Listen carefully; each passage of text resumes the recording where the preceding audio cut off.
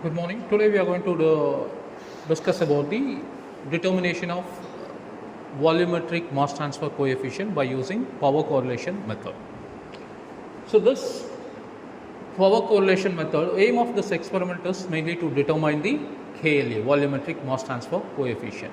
What do you mean by volumetric mass transfer coefficient? So volumetric mass transfer coefficient is nothing but how this oxygen that we supply through the reactor, it reaches to the cell, how it will transfer from the through the sparger we are supplying the air will reach to the liquid medium, and from the medium it should enter into the cell. So this is what kLa is all about, so how this mass is transferred to the cells.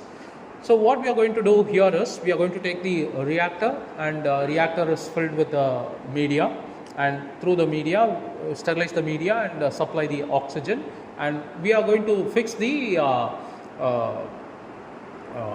RPM, that is the rotation speed. The stirrer speed will be at 300 RPM, fix that, and we are going to vary the oxygen supply from 0 ppm to 10 ppm.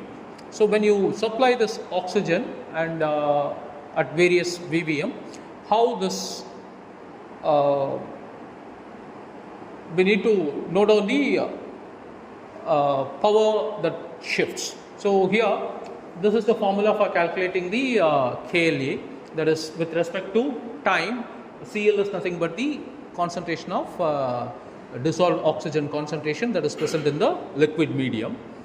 With respect to time, how it is changing, is equal to kLa, that is mass transfer coefficient. A is nothing but the interstitial area of a liquid, and C star is the saturated concentration of the oxygen, dissolved oxygen, and Cl is the dissolved oxygen concentration that is present in the liquid.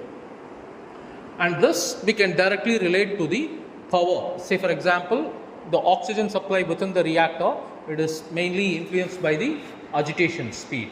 Okay, so this agitation speed, when you what we are going to do is, so here we are going to supply various oxygen levels, dissolved oxygen concentration, starting from 0, 1 ppm, 2 ppm, and 3 ppm, and 4 and up to 10 we are going to supply the oxygen. And when you do this, we have to note down at each and every level, we have to note down the power. How will you get the power that is required? Actually, the mixing pattern is directly proportional to the power that is being utilized, the agitation. How we need to note down the power. For that we have a voltmeter and ammeter, so you need to note down the readings that is there inside the reactor. So we need to calculate V as well as I, that is both we have to note it down and multiply in order to get the P. So here the PG is nothing but the effective power that is given by kLa is equal to, now we are relating this oxygen requirement with the power. So here this PG is the effective power that is utilized, and V is nothing but the volume of the liquid in the reactor, and X is nothing but X, Y and K are the empirical constants, and Vs is nothing but the superficial velocity of the liquid. So by using this we can able to calculate the kLa.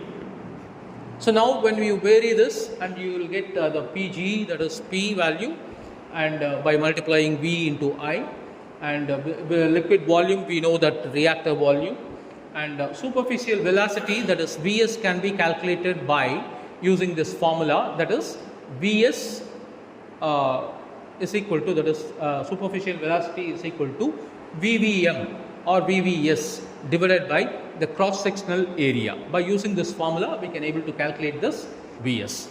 So by applying this empirical factors and the Pg by reactor volume and the superficial velocity, we can able to calculate the kLa. This is about the power correlation method to find out the kLa value. Thank you.